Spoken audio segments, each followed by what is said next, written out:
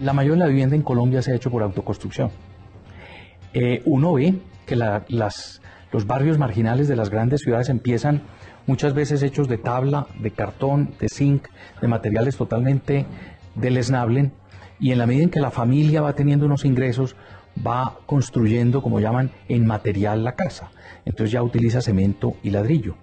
Y entonces viene la primera habitación, un cuarto, y después otro, y así. Y después viene una losa, y después en un segundo piso. Y ya el segundo piso lo alquilan o viven los hijos. Ese es el sistema en que se ha urbanizado la mayoría de nuestras ciudades habitacionalmente.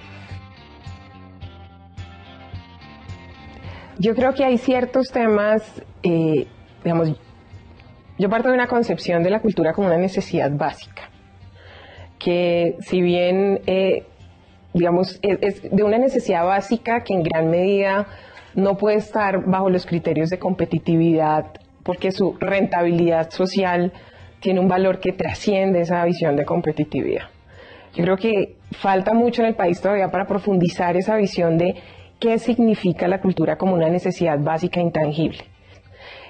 Sí, uno podría decir cómo buscamos que esto sea competitivo, rentable en términos económicos, pero ¿cuánto nos cuesta que nuestra gente no lea? Que no genere sentidos, que no reflexione, que no tenga acceso, que la mayoría de librerías estén en 3 o 4 ciudades y que el resto de la gente no tenga acceso a la lectura. ¿Qué implica eso en formar ciudadanos conscientes? Yo creo que si bien algunos en un momento impulsamos el tema de empresas culturales, si bien hay un COMPES, lo cultural se considera como algo como interesante, decorativo, pero no se toma como un tema serio de desarrollo de una industria y de eso, lo que eso puede implicar para el país. Entonces, por dar un ejemplo en el caso del sector musical, este país todavía no tiene plataformas de exportación de música como lo tienen otros países o como lo tienen ciertas regiones en el mundo. No busca estar en los principales mercados culturales del mundo.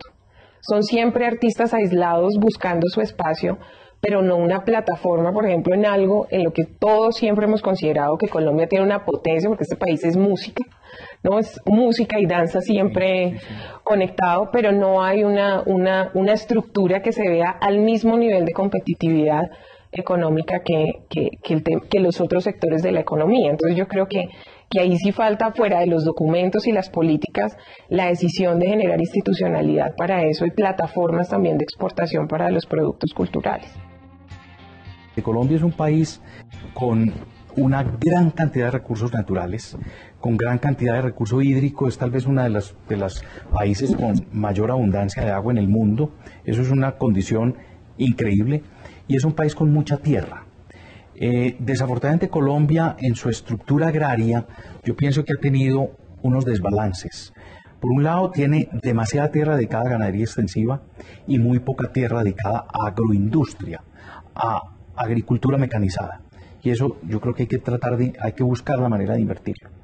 Muchas de las tierras que están dedicadas a ganadería extensiva son las mejores tierras del país, que podrían estar mejor dedicadas a una agricultura tecnificada.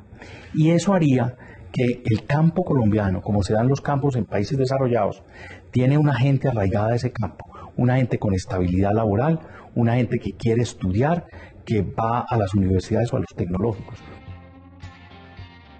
Yo creo que el sector privado y más en estos desafíos del país pues necesita una revolución para potencializar esas manos visibles, no solamente las invisibles, sino esas manos visibles en materia social.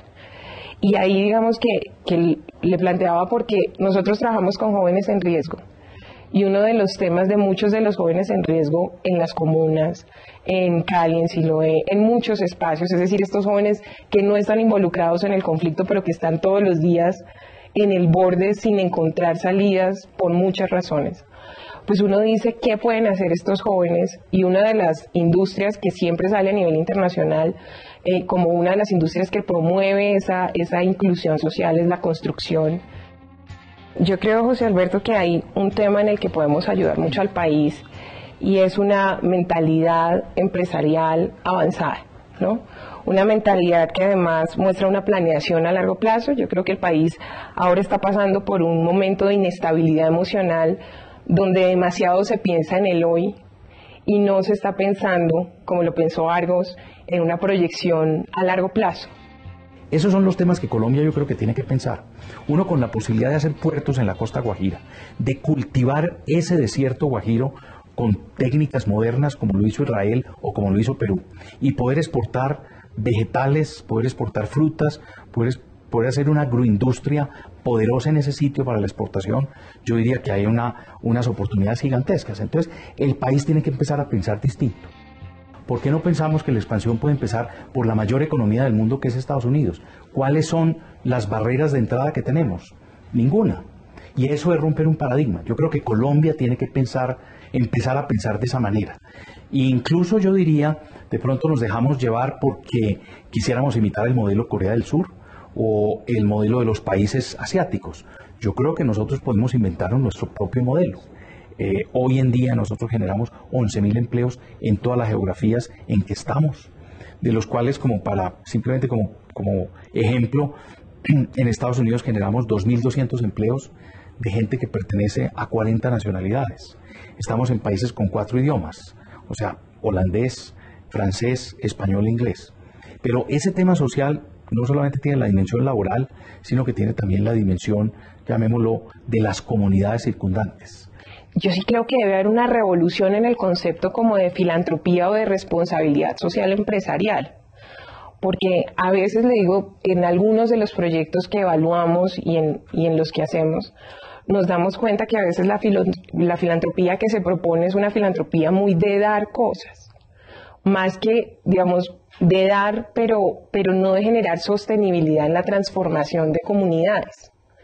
O sea, ¿cómo logra uno, con esa visión pragmática del sector privado, ayudar a generar comunidades que ya no dependan, digamos, de donde esa inversión que se haga en realidad sea una inversión estratégica de desarrollo de potencialidad de esa comunidad, ¿no? Que en realidad se formen los profesionales arquitectos para que ellos mismos hagan su casa, la diseñen, la proyecten, no diciendo que lo otro no ayude, digamos, a cubrir unas necesidades básicas, pero cómo uno en realidad hace que la responsabilidad social empresarial sea una responsabilidad de mayor impacto y de transformación.